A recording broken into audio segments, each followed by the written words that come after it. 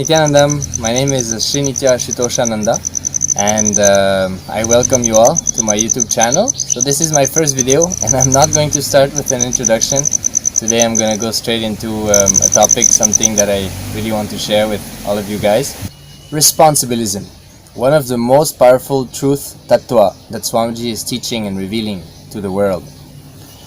Today I wanted to share a powerful cognition that or a powerful thought current that I keep looking into and that I really want to fully realize, and that is that state of Ishwaratva. So Ishwaratva is the power that manifests when we manifest responsibilism, when we take responsibility for everything that happens inside of us and outside of us. So initially, when Swamiji introduced me to this truth, I was not too keen about it because before meeting Swamiji, I was not the kind of person who would take responsibility for much. But as the time passed, being in Swamiji's presence here in India, I got really intrigued, and the desire to manifest the power of Ishwaratva, the Shakti of Ishwaratva, became very bigger and bigger.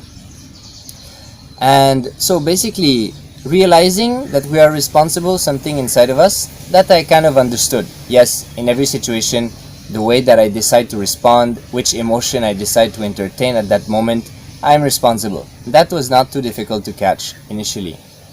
But the external part was a little bit tricky, because many times I've experienced situations where I don't enjoy it, and I don't feel like I'm in control of it. I definitely don't feel that I'm responsible for it.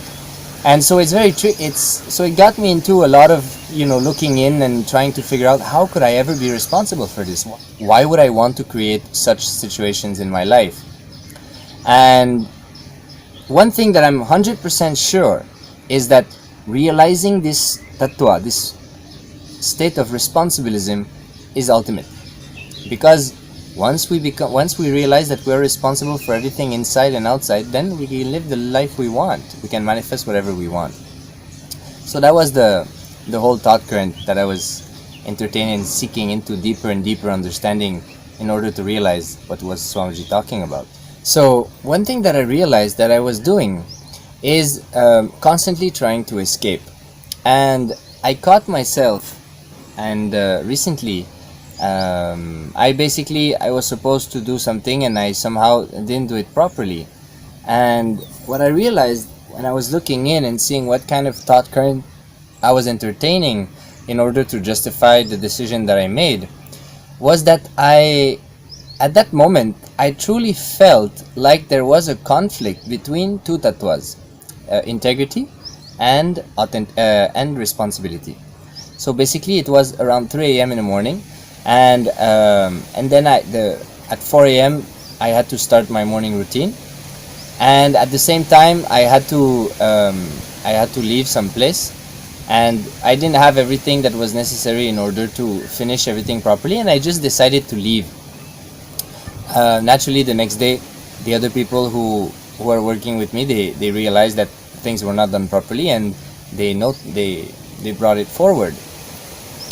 And as I was looking in, when I was kind of identifying and facing that incident, is that in order to justify the fact that I didn't finish things properly, I decided to create a gap between these two tattvas. And in that, I decided, I really have to go because it's 3 a.m. I only have an hour to sleep. And the morning routine, Swamiji has been telling us, it's most important. But when I look at the big picture, I was not integrated with what I did. At that moment, I just felt like, integrity to morning routine, that's it. And the rest doesn't matter. But this incident actually backfired on me. And as it did backfire, it forced me to realize that my context was actually very small.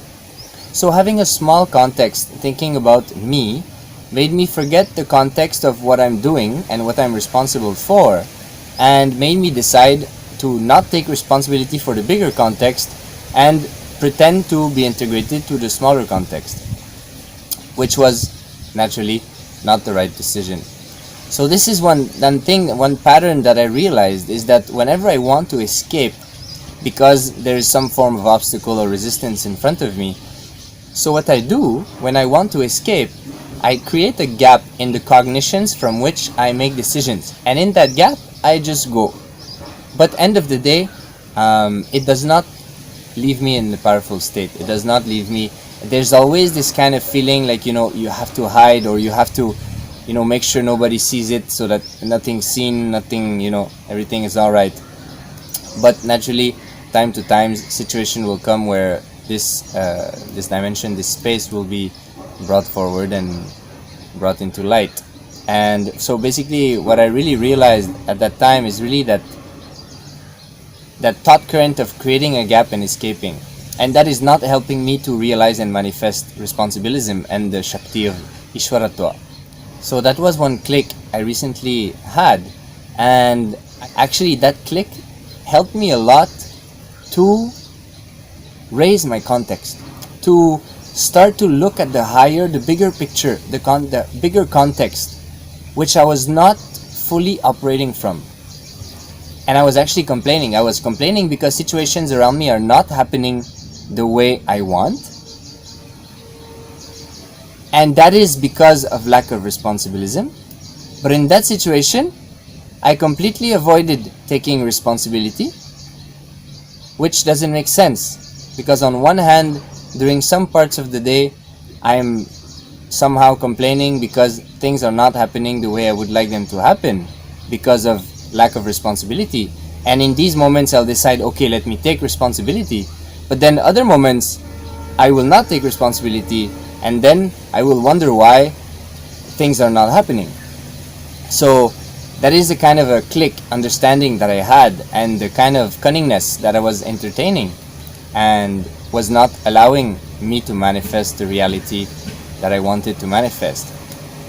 And that is something very important. Manifesting the reality that I want to manifest. That is definitely, that is a cognition that Swamiji implanted, I can say, in me when I first met him during my inner awakening in 2014. It was in May in Varanasi.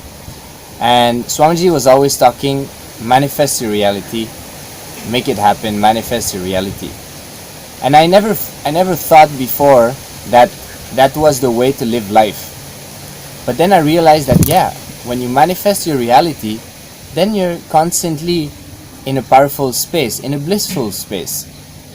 So that's where the whole thought current of responsibilism and manifesting reality started to grow, and it's growing more and more towards that space of manifesting realities.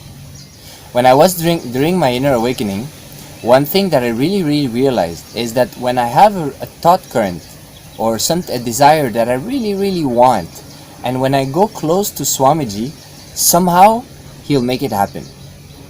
And that is how I kind of realized that he is Sadashiva, right? He is the Kalpataru. Wherever you go, whatever wish you desire, it simply happens. So then when Swamiji introduced responsibilism, and he said you're responsible for everything outside of you, then many times I felt, no, I don't want that. Why would I manifest that? Why would I want to entertain such thing, such thought, or such space? But then as I looked in, I realized the amount of blindness, I can say, the amount of unawareness that I have towards the actual thought current that I cherish.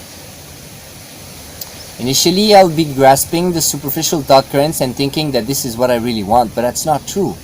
And what I realized during Inner Awakening is that being in the presence of the avatar is like the most important thing. Why? Because he manifests what you want. So, the realities that you face being in his presence are a reflection of your space. For me to find my space, it'll take me time. But in his presence, everything happens quicker. So, what I realized is being in his presence is actually very important. If I'm really sincere in my desire of having a breakthrough and, living a spiritual lifestyle and ultimately reaching enlightenment, and manifesting the Guru Bhakti, the presence of Swamiji is very important. During the 21 days of inner awakening that I went through, and now it's 23, but back then it was 21, constantly Swamiji would manifest. He would manifest. He would make things happen, make things happen, make things happen. How? Don't know. But it would happen.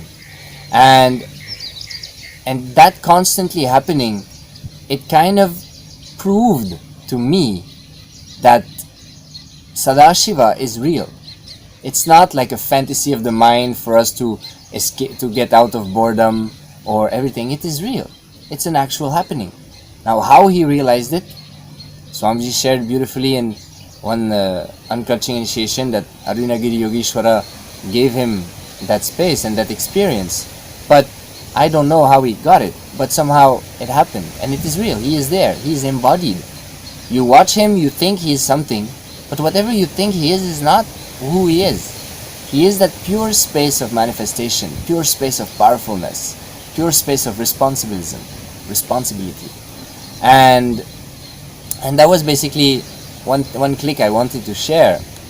And for those who are interested and who are watching this, and if you are, there's no coincidence in that also, but if you're interested in putting turning your hope or turning your desire to taste divinity into reality, meeting Swamiji is a must. You have to meet Swamiji. Nobody like Swamiji. If you're a sincere seeker, Swamiji was saying in one satsang, we are always an Advaita. What we cherish, we attract. The thought currents we entertain, we will attract situations and people who are entertaining the same thought currents. So, if your sincere is very deep and you really want to experience your higher self, you really want to experience Sadashiva, automatically at one point you'll end up at Swamiji's feet. You have to end up at Swamiji's feet because he is the highest frequency available and possible in the physical form right now. And we are very, very lucky to be alive in such a time. So, for those who are interested, leave a comment below and I'll guide you and help you to manifest your inner awakening, your time where you can spend precious time in the physical presence of Swamiji and really working on these layers of unconscious thought currents which makes us attract situations that we don't want but that we keep attracting because we are not clear about what is happening inside of us. We are not clear about what is happening in our space. So Swamiji is there, and through many processes and initiations, he'll simply remove these karmas, these thought currents, these unconscious thought currents that doesn't allow us to manifest reality. So with this, I'll be ending this first video, and I'll see you guys soon in another video. Nithyanandam.